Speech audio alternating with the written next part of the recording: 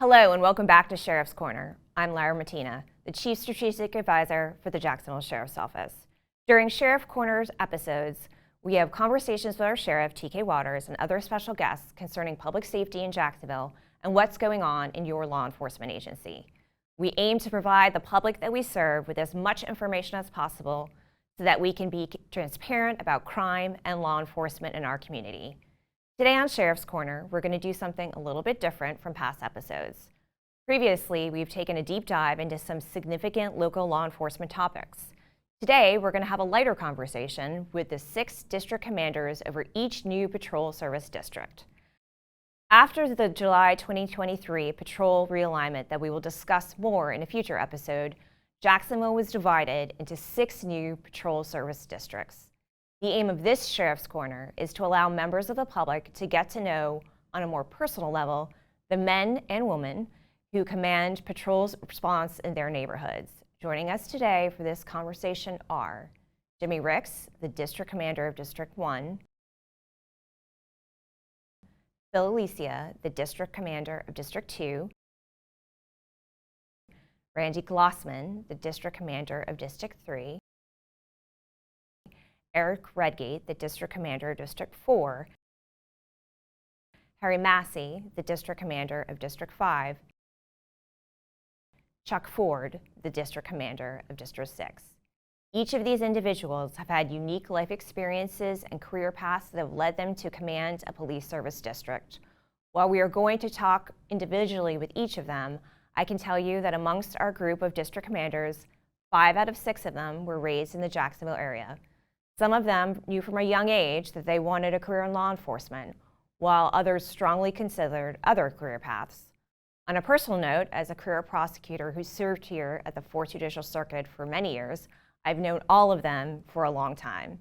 And despite that institutional knowledge, I can tell you that I learned new and interesting things about each of them preparing for this episode. First, I'm joined by Jimmy Ricks, who is the District Commander over District 1. So Jimmy, welcome to Sheriff's Corner. What area comprises District 1? So District 1 to the north is Trout River, and then all the way to the south to University Boulevard. And then if you take University Boulevard all the way around to the Matthews Bridge, and then all the way to 95, we actually encompass now Riverside, a little bit of Riverside towards the Arts Market, and then all of San Marco.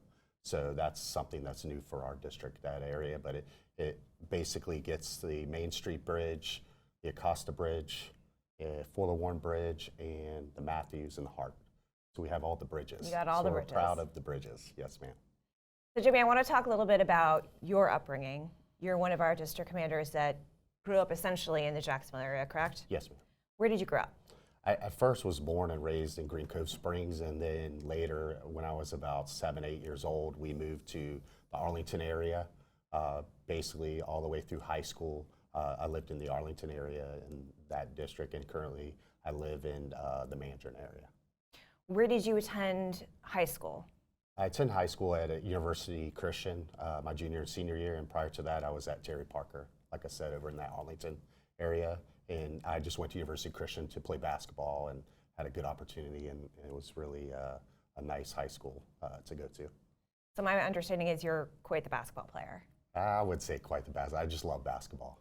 Yes. Sheriff Waters said you were a baller. Okay. That's what he told me, at least. So right, well, I appreciate that. Did you guys played together, yes, correct? Yes, we did. Yes. Did you end up playing in high school? I did. I played high school my junior and senior year, visited a few colleges, ended up spraining my ankle really bad, and when I came back from a few college visits to Christian colleges, I ended up having to have surgery, and then I was out for a year and really just never tried to go and further my career playing basketball. So. Where did you attend college? I went to FSCJ, first non-degree seeking, thinking that I would go play basketball, and then after that I got an AA degree with FSCJ, and then I went to Edward Waters College. Once I was hired with Jacksonville Sheriff's Office, Edward Waters College has a climb program, and we were able to do that while at work. It took a year to get my degree, a business degree. Now, switching gears, since you brought up transitioning to the Sheriff's Office, becoming a cop was not your plan, right? No, ma'am. My understanding is you really intended to sort of take over your family business. Yes, ma'am. Can you tell us a little about that? So family business was a catering business. My father had a full-time job. My mother had a full-time job. So we had a catering business at the time and a restaurant. And that was the path. But like I mentioned to you, was the fact that one time my uncle was a police officer. So he asked me, hey, why don't you ride with a guy named Mike Gardner? So I rode with Mike Gardner and did a police ride along and immediately fell in love. Enjoyed the ride along. We rode in what was District 5 now, was Zone 5 at the time. And it was really fun. It was at night. And I took the love right then and got into the academy shortly after. That's sort of a plug to our viewers to go do a ride along. It can be literally life-changing, right? Absolutely. You've had a lot of different jobs at the sheriff office. It's been a long career for you. Yes, ma'am. What has been your favorite position? So the Police Athletic League, I was a sergeant at the Police Athletic League back in 2006 and 2007. You know, being in the enforcement side for so long before I made sergeant, and then having the opportunity to work there, it was really great. And again, having that passion for sports. Our Police Athletic League program is grown really well through the years, and it's been fun to watch that. But what's been great about it is you always use the sports as the hook. You know, education is really the key, and we try to get as much tutoring and training, and then outreach, having the police officers there, and they're in that good environment. So I really enjoyed that part of the career. But I'll tell you why I enjoyed that part of the career. When I was first a police officer, I rode over into the West Side area, and I responded to a call where the the mother had called the police because her son, which was 7, 8 years old at the time, had stolen some money from her. Well, me being an officer for, I don't know, maybe a year and a half, I didn't really know what to do. I mean, it's not like I'm going to arrest this 7-year-old for stealing from the mom. So we came up with a plan, and we put the kid in the back seat. And at the time, I had a Bible in the back of my trunk, and we were able to make him swear and affirm, and he signed a trespass warning. But what was good about that was the impact that we had on that child. Later, I saw, probably 3 years later, I saw the mother, and the kid was actually doing really well. And again, I was the bad guy, but mom was the savior in that situation. And really, when I got to the Police Athletic League, you had that same satisfaction. You were able to actually help people and show positive light to police work, and they get to see that kind side to us. So that was one of my favorite jobs. And I think it's sort of an interesting life continuity for you that you used something that was so important to you as a child, sports, right? Yes. That gave meaning to your education and your growth, and then your career. Yes. And you brought it into your workspace to do the same for other kids. Absolutely, yeah, and it's the enjoyment now, being married for 15 years and having a son now that's participating in basketball. It's fun to have that part and having those children. So it's really eye-opening. And back then I was single, so it wasn't that you didn't want to help people, but it was actually the enjoyment of just helping with kids and giving them a positive light and seeing their careers move on. Some of those individuals that were in the Police Athletic League are now employed by the Jacksonville Sheriff's Office. That's great. Thank you so much, Jimmy. Appreciate your time. All right, thank you. Joining me now is Phil Alicia, the District 2 Commander. Good morning. Good morning, Phil. Thanks for joining us. So to begin with, what area comprises District 2 so we can make sure our viewers know what we're talking about? Sure. District 2 is the Arlington area. It's going to be east of the river, all the way over to the beaches, and it's going to be north of Beach Boulevard, all the way up to the Dames Point Bridge. So that is all of District 2. Thank you, Phil. So Phil, you and I are both displaced Yankees, correct? Yes, that is all right. correct. So when we talk about growing up, you grew up in the tri-state area like I did, right? That is correct. I grew up in South Jersey. South Jersey. South Jersey is right outside of the Philadelphia area, and so that was where I grew up, and I didn't move from there until after college. And we'll get to the after college part. Let's start. I know you told me that your mom had a very profound impact on your life and your work ethic. She did. So my mother was very young when she had me. So she had 2 kids by the age of 15. And so while we were growing up, she was going to school, and she raised us on her own. So by the time I was 12, she had finished her bachelor's degree. And so that type of work ethic, the value of an education, really hammered home to me and my younger brother. So, Phil, I guess absorbing that commitment to education and commitment to work ethic, what decisions did you make in terms of higher education? So when I was finishing high school, my mother said, so what are you going to do after college, after high school? So I gave her 3 options. I said, well, I'm going to join the Marine Corps, I'm going to join the Philadelphia Police Department, or I'm going to go to college. So she smiled and said, okay, so what college are we going to go to? So I ended up going to college. And then, so kind of an attack at my mother to say, I ended up going to a military college. That way I could make sure I went to school, got the education I needed.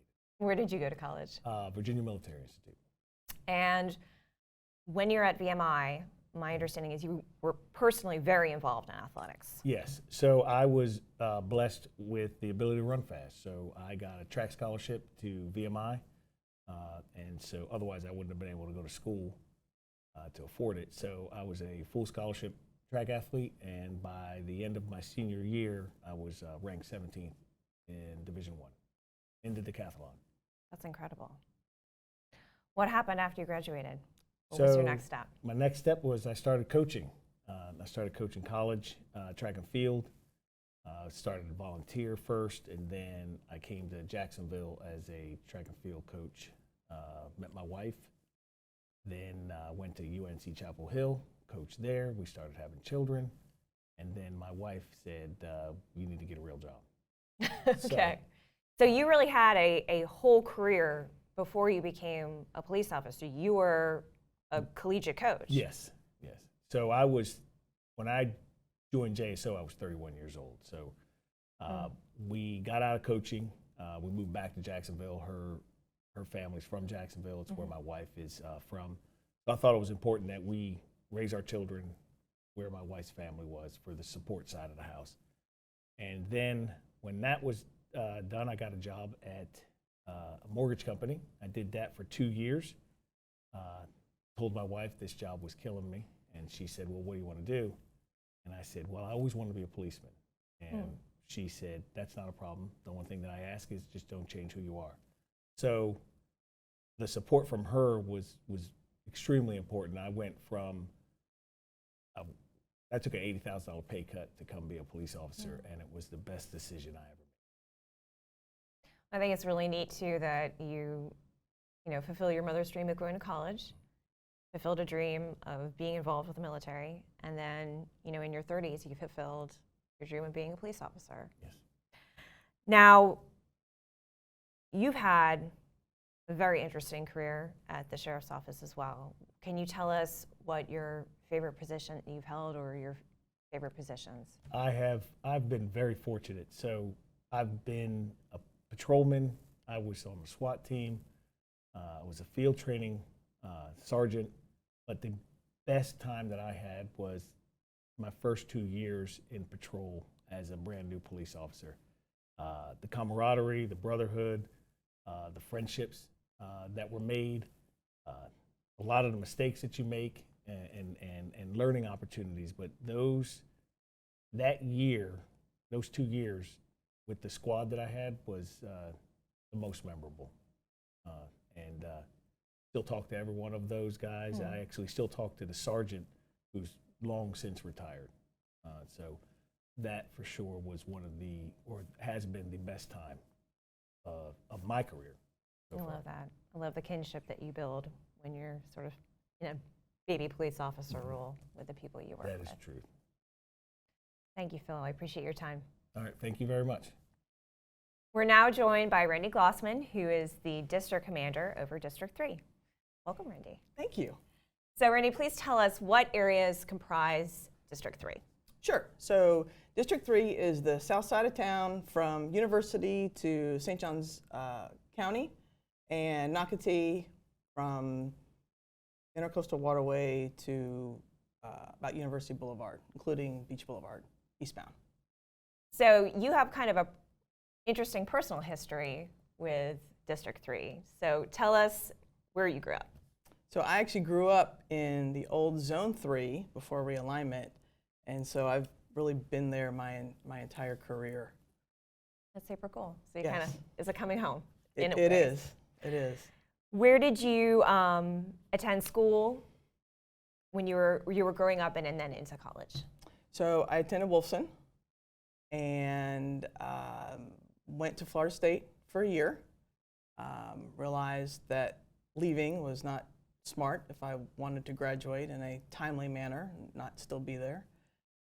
So I came back, got my AA at Florida, what is I guess now State College of Jacksonville. It wasn't back then. Wasn't in the plans to do that, but I got my AA and then got into UNF, received my bachelor's degree in history, and then right after that joined the Jacksonville Sheriff's Office in 1994, and a few years later actually went back and got my master's degree at Indiana State University In what? in criminology. And education sounds like it was very important to your family. Very. Both of my parents are educators. My dad has his PhD in secondary education, and my mom also was a teacher prior to my brother and I being born. So you kind of took a left turn to what your family had done in the past. Very much so, yes. Did you know early that you wanted to go into law enforcement? Yes, yes. From a very young age, there is a actual photo. I don't know if many of our viewing audience know this, but the Daytona Beach used to have a boardwalk with a bunch of rides on it, and we have a photo in our family of me as a 3 or 4 year old on a ride that in the car it said police car, and so I knew very young that this was the career I wanted. I thought I wanted to go federal, but I did some research in high school and learned that I wasn't going to get a Juris Doctorate. Wasn't interested in that, nor did I want to get an accounting degree. So the FBI was not for me, and I liked the chase, so to speak, and the lights and siren, and so here I am. So in addition to sort of having a rewarding professional degree at JSO, it sounds like you had a rewarding personal experience at JSO and that you met your wife at JSO. I did. So tell us about that. I did. She did 27 years here as a PICO. She was a dispatcher. They call them PICOs now. They're police emergency communication officers, but she retired 11 years ago. And she sent me on a garbage call on the old Fuller Warren Bridge, and we started talking on the computer way back then. And we've been That's wild. Yeah, we've been together. We'll be 28 years this year. That's amazing. So yes. So she sent you a call, and Yes. then you kind of never stopped talking. Pretty much. Yes, pretty much. That's so great. It's kind of in our DNA. So yes, she's a communicator as a dispatcher, and kind of segues probably into your next question. Yeah. So what was your favorite part? So yeah, so 30 years with this agency. I was honored enough about 24 and a half years ago to join the crisis negotiation team, and by far the most rewarding thing I have done within this agency is be a part of that unit. Worked my way up from a baby negotiator to lead the unit for 5 years before being appointed to Sheriff Waters' staff about a year and a half ago. And that afforded me the opportunity to travel the nation and teach negotiations, which is communicating. Yeah. And it has led me to the top of very tall buildings and very tall bridges, which was not a highlight of my career. It wouldn't be for me either, but Yes, yeah. but it gave me an opportunity to help people in crisis, and that's what we as law enforcement professionals want to do, and we sign up to do is help. So I hope I've done that at least once or twice in my career. So I'm sure you have. yeah, Thank you, Randy. I appreciate your time. thank you. We are now joined by Eric Redgate, who is the district commander over District 4. Welcome, Eric. Thank you for having me, Lara. So let's begin by just getting acquainted with District 4. What area comprises District 4? District 4 is Jacksonville's west side, so with limited exception, everything south of Normandy Boulevard to the Clay County line and west of the river. We have some small carve-outs for 5 Points and the Little Brooklyn area that we gave away in realignment to some other districts. Okay. And my understanding is you have some strong historical roots in District 4. I do. I grew up on Jacksonville's west side. The west side is the best side, as we like to say. My childhood home is within walking distance of my current office, which I think is pretty neat. And I spent the first 9 years of my career working in the same area where I grew up. That's super cool. So you've had a lot of time both personally and professionally in what is now District 4. Yes, ma'am.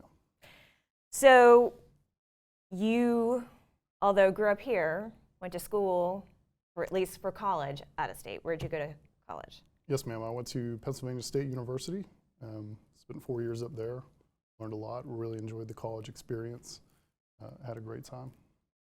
And you have family roots up north as well? I do. I have a lot of family that lives out of state. Well, we like the northerners, you know, over here. Yeah, so. I think it's a great mix of northern education and southern roots.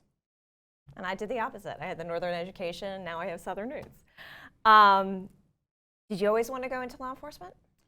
No, not really. It was kind of a decision a couple years into college. I had to declare a major. Criminal justice had the least amount of math.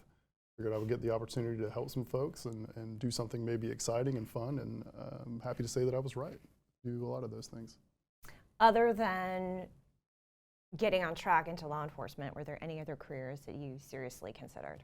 For a while, I thought I was going to be a chef, so I spent all of my college time working nights and weekends in restaurants and kind of started at the bottom and worked my way up into a sous chef role at a pretty fancy restaurant in a resort town, and I really enjoyed that, and I gave that a lot of thought. I still enjoy cooking. It's a passion of mine, but Really? I'm glad law enforcement won the day.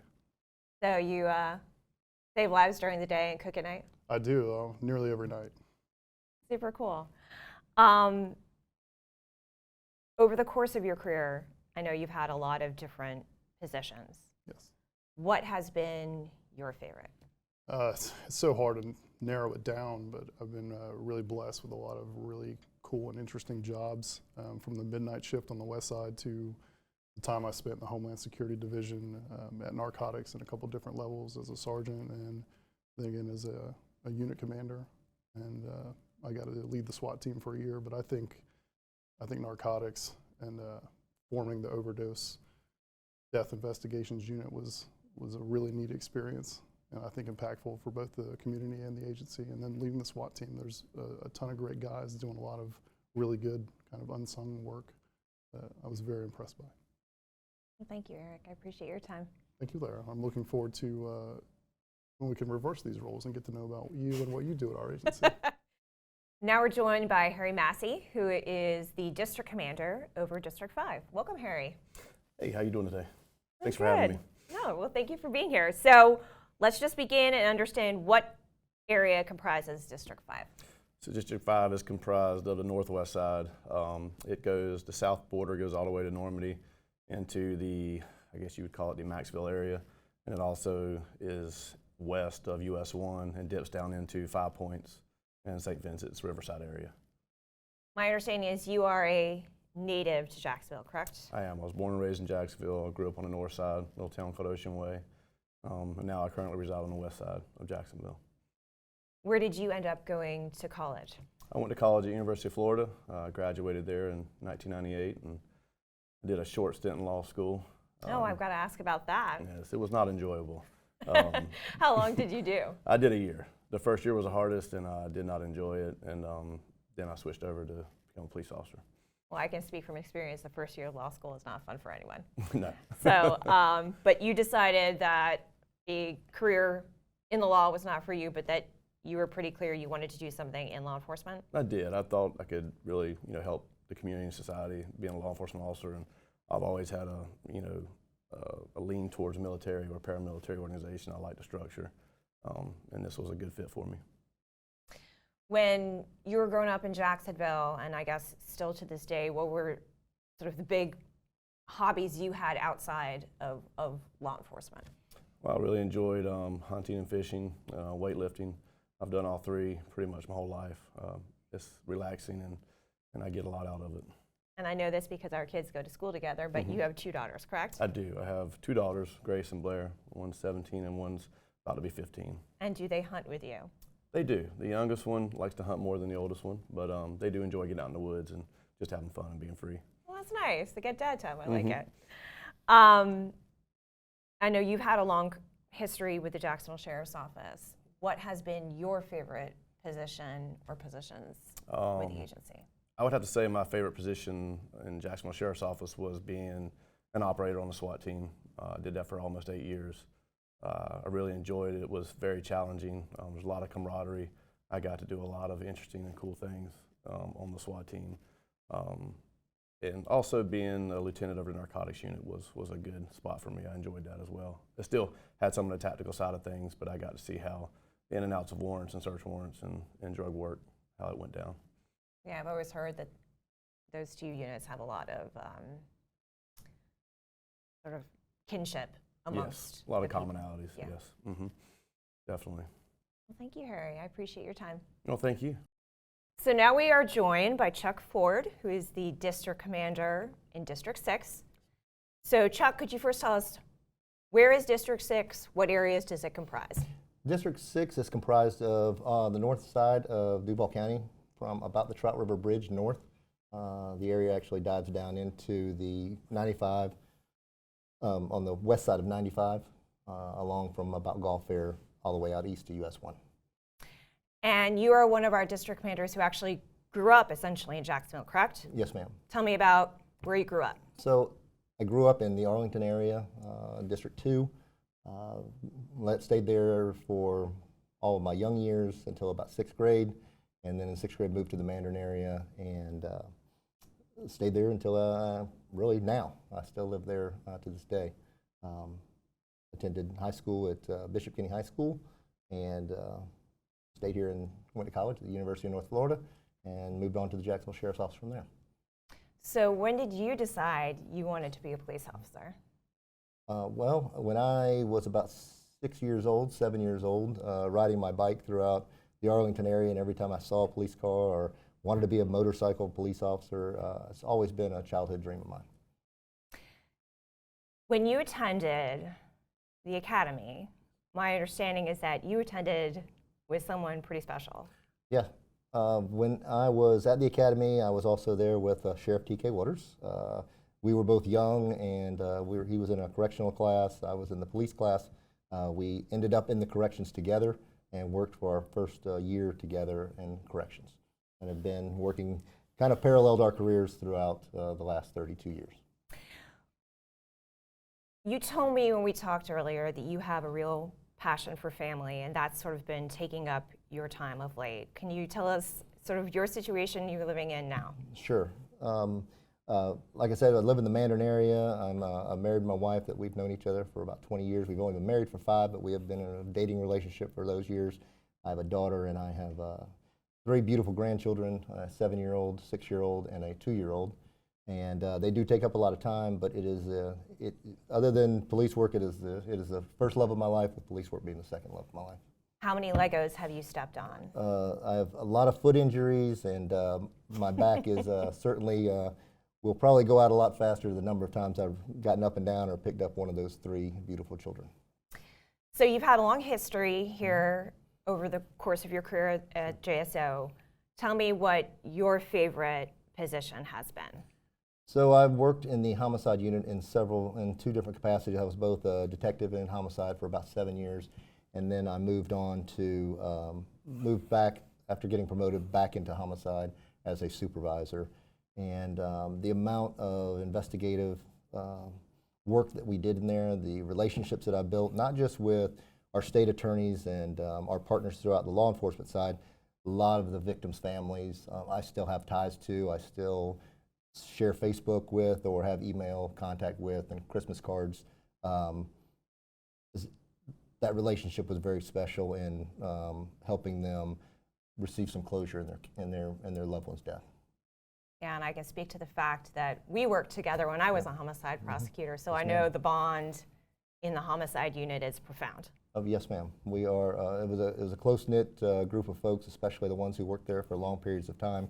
And again, it's a passion. It was certainly a big passion of mine, and it continues even to this day. We still talk about the days of homicides, and the sheriff talks a lot about going throughout the city, and you go to locations and you remember a location because you worked a case in that particular location. Yes, you do.